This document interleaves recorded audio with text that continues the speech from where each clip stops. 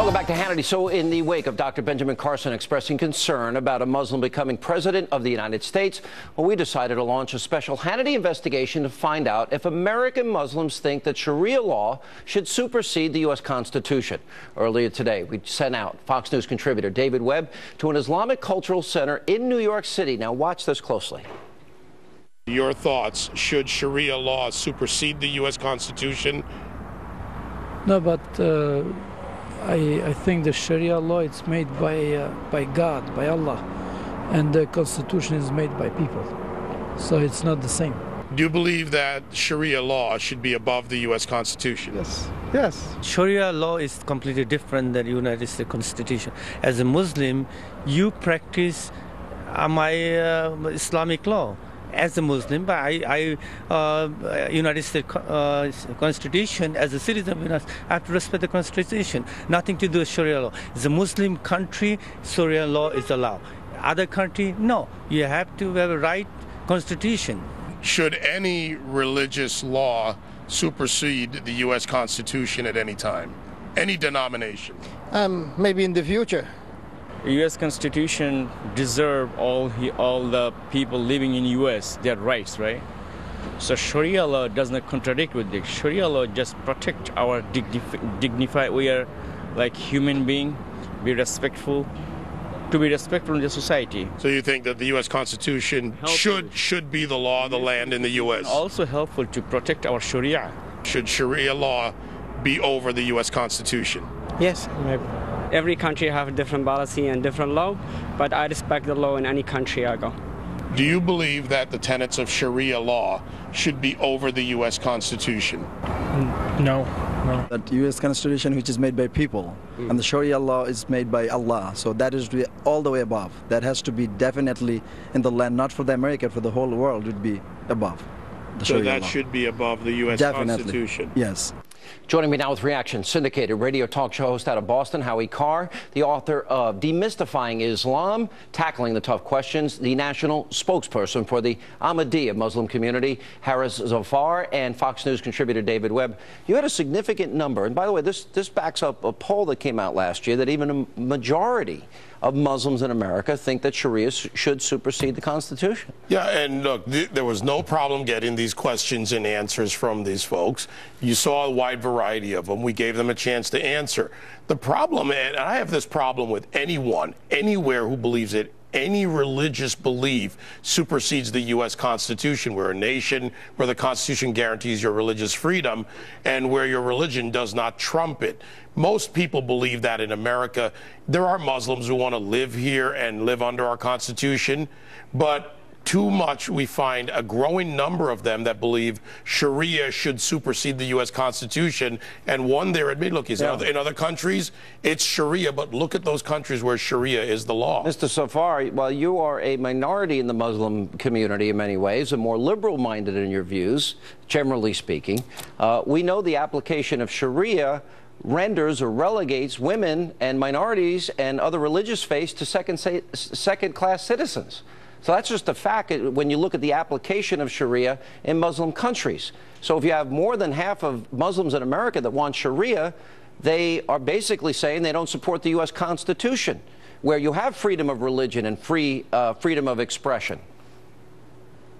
Yeah, it's what surprises me. The reason this surprises me because the most fundamental principle in Islam on this subject is that the law of the land supersedes all other laws. So in the verses in the Quran that talk about government do not specify any religious involvement. They say put your trust in those that are in authority in your country, and it tells those people in authority to be just, not religious. Okay, as long but wait as a minute, just, but the true application of Sharia in countries is women can't drive, women have to dress a certain way, they can't be seen in public with men that are not their relatives.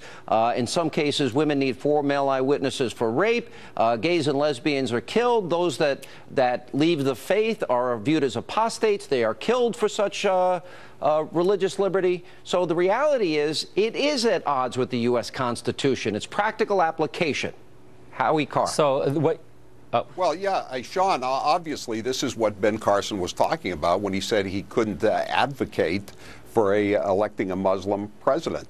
And this is just a very troubling fact of life in society. I mean, and the fact that the Democrats are attacking Ben Carson over saying this. I mean, this is a Sharia law. There's no gay marriage, for instance. Abortion, as you pointed out, is punishable by death. Blasphemy. You know, no one's talking about rounding up Muslims, certainly not Ben Carson like FDR did during World War II. But this is just a fundamentally Sharia law is at odds with the Bill of Rights. Howie, I want you to expand on that, because fundamentally the Quran and Islam, I'm not talking about radical Islamists, the Quran and Islam are fundamentally at odds with the Constitution. Isn't that the truth? No, correct. It's not the truth. You know, did you ever think, Sean, that we would come to a point in our lifetimes where the Constitution and the Bill of Rights would be on the table? No. It's just mind-boggling, and I can't, and I don't understand why the Democrats are so down on Carson. You know, they have litmus tests, so-called, for Supreme Court justices. If you're against abortion rights, then you know they're not going to vote for you, including Hillary Clinton, Chuck Schumer. Now they have a litmus test for Citizens United, the Supreme Court decision about the First Amendment. So I mean, if Ben Carson wants to make this a litmus test, if you're for Sharia law, he's not going to vote for you. What's the problem? I'm with Ben Carson. Yeah, and by the way, you know, if I ask you, Mr. Zafar, you know, where are the Catholic and Christian and Protestant and Jewish temples in Muslim countries, and what are the restrictions, or what is the punishment for anyone that speaks out against the very extremely controversial life of Muhammad? What would happen to them in a Muslim country under Sharia, as applied currently in Muslim countries today?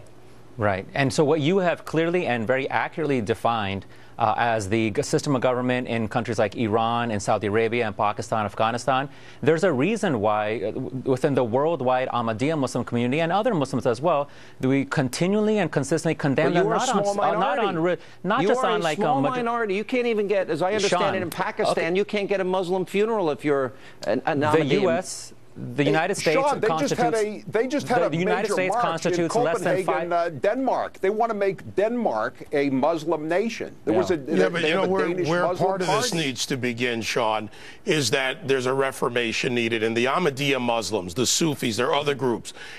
Just like we had a reformation in the Christian church, there's time for a Muslim reformation, and it's at hand. David, and the and that's why it's very important to remember that. But here's my point: in the United States, they can create a foundation and begin to spread. It's not going to happen overnight. They're not even considered Muslims by the 98%. I know, no, I hear you, but it's got to start somewhere, and Muslims have to solve this problem. Last word. That's why it's important to remember the U.S. constitutes less than 5% of the world population. Obviously, they're not unimportant. It's all about the works and the impact. And look at that. The Ahmadiyya Muslim community has built and operated over 15,000 mosques in the world, more than any other Muslim organization. You are less than 2%.